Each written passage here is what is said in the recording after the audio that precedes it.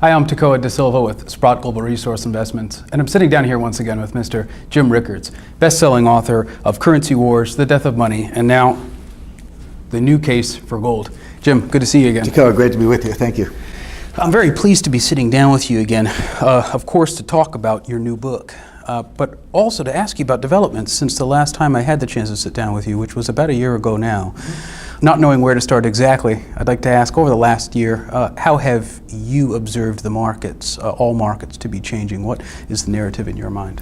Well, some things are changing quite a bit. Some things haven't changed. So some of the fundamental forces are the same. Now, superficially, we've had a lot of news. You know, we've had the Brexit, we've had the unexpected rise of Donald Trump, we've had a Turkish coup, we've seen Venezuela implode. So there've been a lot of very important, very significant political and geopolitical developments, and they all can impact gold or commodities one way or the other. But certain things haven't changed, and I think these are important to focus on because they really drive the price of all commodities. And the number one thing is the struggle between deflation and inflation. And this is something actually I talked about in my first book, Currency Wars, in 2011. I made the point, because people look at the time series of price indices, and we haven't had a lot of either. They've been pretty steady at a pretty low level, you know, around 1.5%, sometimes a little hotter, sometimes a little cooler, at least in dollars. Now, actually, some of the other economies around the world, you're actually seeing deflation, you know, in Japan and Europe and elsewhere. But that is because the world is in a naturally deflationary state. The world wants to deflate. Why is that? Demographics, you not just have a slowdown in growth, globally you do, but certain countries you actually have declining populations. Population in Japan is declining. Population of Russia is declining. Population of China has leveled off, may start to decline. The only reason the US doesn't have negative population growth is because of immigration. The actual birth rate of Americans ex-immigration is sort of flatlining, but we do have some population growth because of immigration, but that just means it's coming from somewhere else. So, and then debt and deleveraging. People talk about helicopter money. We'll just give people money and they'll go spend it. Well, they might not spend it. There are two other things you can do with it. You can save it or you can pay down debt. So just handing out money on street corners doesn't necessarily get you the velocity or the turnover of money or the spending or the GDP that you want, because people might actually, as I say, put it in the bank or pay down debt, and that is going on. So that's debt deleveraging. And the third one, of course, is technology, which is a good thing. People say there's bad deflation caused by bad policy, but there's something called good deflation. Maybe we should have another word for it. But when you know, your standard of living goes up, not because you're making more money, but because your cost of living goes down for the same amount of money, you can have a better lifestyle because things are less expensive. And that was predominant in the United States, for example, in the late 19th century, when it was an age of invention. You had the McCormick harvester, you know, expansion of the railroads, the telegraph, the telephone, phonograph, movies. All those things came in the late 19th century, you know, maybe very early 20th century, all of which lowered costs and made people richer without more money. Just meant they could do more, things were less expensive. So debt, deleveraging, deflation, debt, deleveraging, demographics, and technology are causing deflation. Now I call that the natural state of the world. However, central banks cannot have deflation. They cannot allow it. And I had this debate with our friend Harry Dent and Gary Schilling and others, because they do the deflation analysis I just went through, and I agree with them on that. That analysis is correct. But there's a countervailing force, which is central bank policy. Governments cannot have deflation because it increases the real value of the debt. I mean, governments are over-indebted as it is. Japanese debt to GDP ratio is over 250%. Corporate debt, actually corporate, individual, and government debt in China to GDP ratio is over 300%. I mean, these are huge numbers. You know, people pick on Greece, but the rest of the world looks a lot like Greece or is getting there fast. So deflation increases the real value of debt. So if you're over-indebted to begin with, the last thing you want is deflation. There are other reasons why governments don't want deflation, but they're determined to stop it. So you've got these two tectonic plates. There's the natural tectonic plate of deflation, but there's the policy plate of inflation, which is money printing, currency wars, QE, Operation Twist, all the central bank toolkit, right? negative interest rates, zero interest rates. They're pushing against each other. So it kind of looks stable from the outside, but it's dynamically unstable. It's going to snap. The question is which way it would go. Central banks could throw up their hands and it could go deeply into deflation, or central banks could pull a few more rabbits out of a hat and it could go into inflation. That kind of monetary instability is part of the case for gold. That's kind of the part of the new case for gold, as I call my book. But the point being, that hasn't changed. This has been going on for 5 years. And except that the forces keep getting stronger. The forces of debt, deflation, negative interest rates, deleveraging get stronger. The forces of money printing and policy, and I think we'll soon see world money in the form of special drawing rights or SDRs. So these forces are not only coming together, they're getting more powerful and they're going to snap. When, no one knows, but you can say that it certainly will happen. The effect will be dramatic. When it does happen, I definitely want to own gold, at least for part of my portfolio. But I do have the sense that we're getting closer to some very significant break in the system. Yeah, and you noted that in the new case for gold, that a confrontation will take place. And using that analogy of the tectonic plates, I'm imagining maybe a twig or something in there somewhere that represents people's confidence, if a twig, if it's that fragile.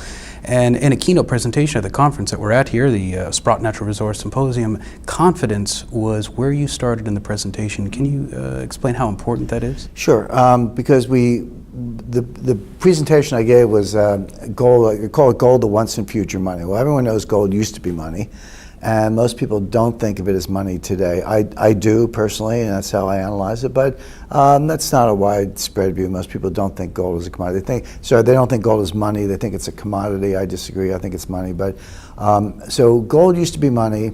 It's not really money today, except to a few people like me. I think it will be money in the future. So what is going to get us there? What is going to change that mindset? And I started with a definition or question, really. What is money? And I gave a lot of illustrations. Feathers, clamshells, euros, gold, silver, beads, digital money, credit card, Bitcoin. And the truth is, they're all money or have been money at certain times. There were certainly times and places when feathers were money or clamshells were money. Not so much today, but that used to be true in certain societies. And people like to criticize, gold or paper dollars or Bitcoin. They say, well, it's not backed up by anything. The dollar's not backed up by anything, or Bitcoin's not backed up by anything. And I make the point that all forms of money are backed up by one thing, which is confidence. If you and I have confidence that something is money, then it's money. If you're willing to take it from me in exchange for goods and services, and you're confident that somebody else will take it from you, then it's money, and vice versa. If I have confidence in what you're giving me and I think I can spend it elsewhere, or someone else will take it from me, then it's money. So it doesn't really matter what form it takes. What does matter is that you have confidence in it. But the point I make is that confidence is based on trust, and it's very fragile, and you can't take it for granted. And when confidence or trust are lost, they can be lost very quickly, and it's very difficult to regain. And so money is actually a much more fragile construct than people realize, because confidence is psychological. It really doesn't have so much to do with how much of it you print, or, those are important economic concepts, but the real fundamental basis of any form of money is people's confidence in it. And one of my concerns is that central bankers take confidence for granted, think they can print as much as they want for whatever reason. I think their theories about money printing are obsolete, but leave that aside. They don't agree with that. They think there's some benefit in it. But I make the point that they're ignoring confidence, taking it for granted. And someday, sooner than later, they're going to pass through an invisible confidence boundary. And then confidence will be lost very quickly, and then then you will have your inflation all at once. There was one slide in your presentation, Jim, that I think concerned everyone in the full standing room, packed audience. And that was the slide on where you briefly addressed the war on cash, but what you envision coming at some point is the war on gold. And I'm wondering if you can talk about that as well. Sure. Well, a lot of people have heard the expression war on cash. Governments don't like cash. It's hard for them to trace, and they they associate cash with, drug dealers, terrorists, and tax evaders, right? But there are lots of legitimate reasons to have cash, and people who have money in the bank think they can get cash whenever they want. And I make the point that, you really can't. You may think you can, but go down to a bank and ask them to give you $20,000 in cash. Let's say you've got $50,000 in your bank account, and you say, I'd like some cash, please, give me $20,000. They might ask you to come back 3 days later. They might not have that much cash. They'll definitely ask the branch manager to come over because the teller won't be able to handle the transaction. For $10,000 or more, they will file a report with the government, the currency transaction report. But even for amounts significantly less than $10,000, if they don't think you've got some cash business, like, I don't know, maybe a pizza parlor or something like that, they might file a suspicious activity report. My point is, you won't be treated like an honest American or an honest Canadian or citizen of the world. You'll be treated like a criminal. They'll do everything possible to discourage you, and you'll find that you actually can't get the cash you think you have. Plus, there are countries in the world, Sweden I think is the leading edge, that are going to all digital money. They want to get rid of money, meaning paper money or coins. The coins aren't valuable because they're not made of silver, they're made of zinc or copper alloys and so forth. They want to get rid of all paper and coin type money and go to completely digital money, so you have your debit card and your credit card and your wire transfers and your online transfers and all that, but no actual paper or coin type money. Even for the countries or monetary groups that still have paper money, they're reducing it. For example, the Eurozone, the 19 countries that make up the Euro, just got rid of the 500 euro note. Until recently, you could get a 500 euro note. There's some still in circulation, but they're going to stop making them. So the next biggest denomination will be the 200 euro note. The United States used to have a $500 bill until the late 60s. Then they got rid of that. Now they have a $100 bill, but the $100 bill of the late 60s, when it was the largest denomination, is only worth 20 cents today in terms of 1960s purchasing power. So even that is kind of going away, not in terms of zeros, but in terms of what it's actually worth. So there's a full-scale war on cash. The point I'm making is that people say, how's it going? So well, it's over, the government won. Don't think you may think you can get cash, but you can't. But you can get gold. There's nothing stopping. I was in London recently. I went to a place called Sharps Pixley. It's a gold bullion dealer right on the corner of Jermyn Street and St. James, the kind of fanciest shopping district in London, one of the most attractive retail locations in the world.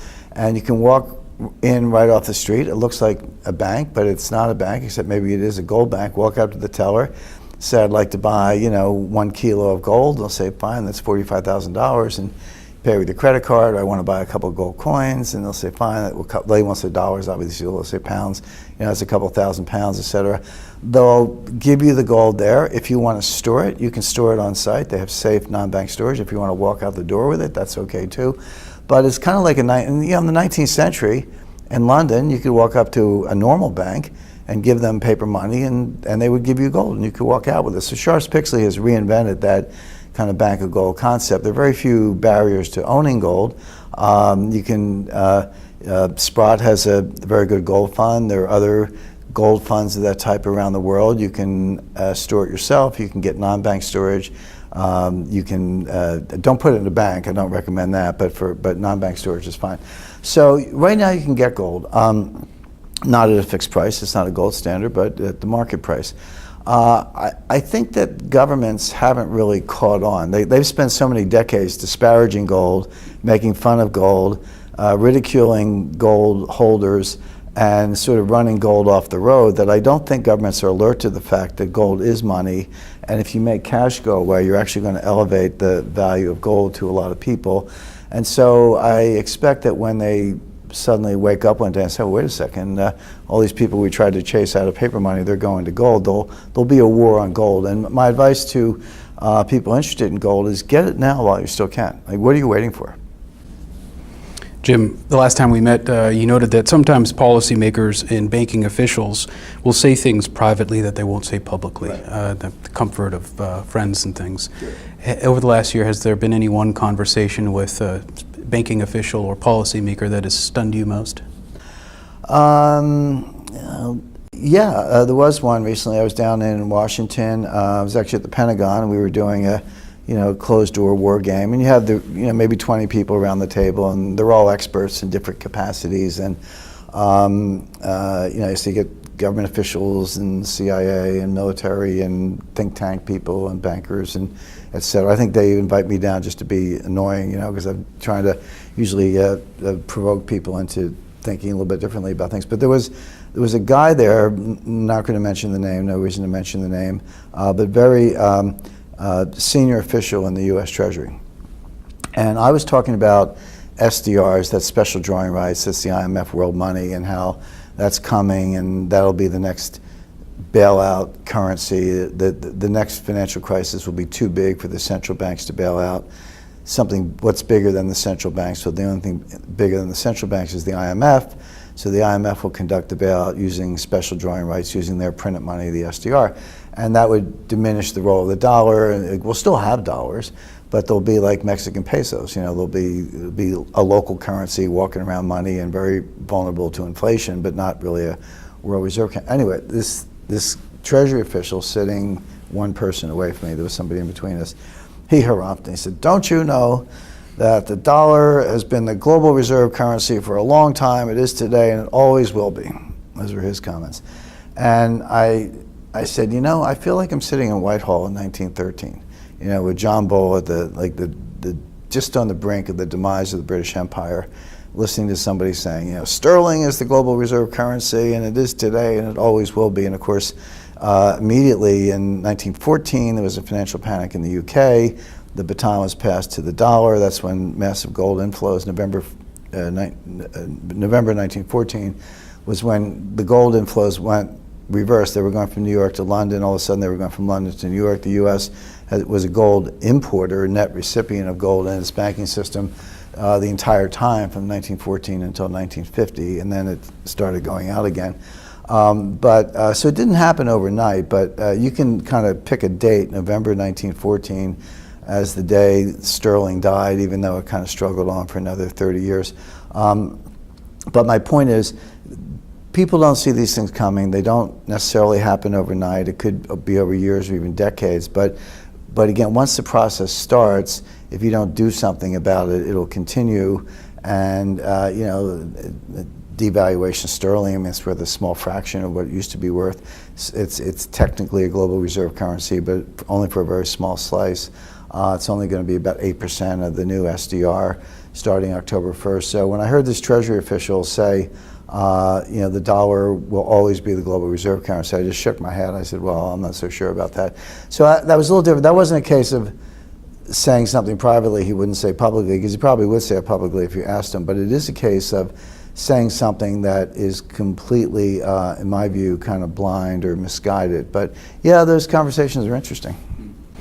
Jim, the last question that I want to ask you is, how is the average person supposed to arrange their financial affairs in this climate of war on cash, war on gold, and lots of other things? But I realize now that you write about those things regularly, and for the person watching, how can they follow your work? How can they get involved and get that advice on an ongoing basis? Well, thank you, Tico. There's, of course, my books, Currency Wars, The Death of Money, and The New Case for Gold. I have several newsletters. One is called Strategic Intelligence, and then I have a more specialized newsletter.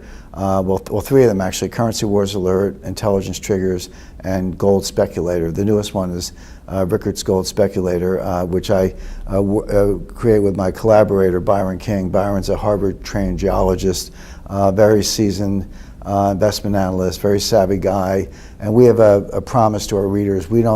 We don't recommend any gold mining companies where we haven't actually been to the mine. We do a lot of other things as well, normal due diligence, but we get mud on our boots and go to the mine, and we're not putting it in our newsletter unless we've met with management, been on site, obviously check the geology, feasibility studies, all the things you do, but we actually go out and visit the mines.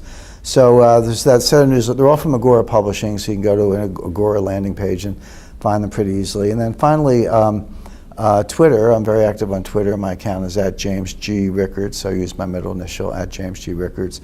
That's free. It's out there, and I put out a steady stream of commentary, and I hope people enjoy it. Well, Mr. Jim Rickards, best-selling author, and now got the newly published The New Case for Gold. Once again, thank you for sharing your time with me. Thank you, Tico. Great.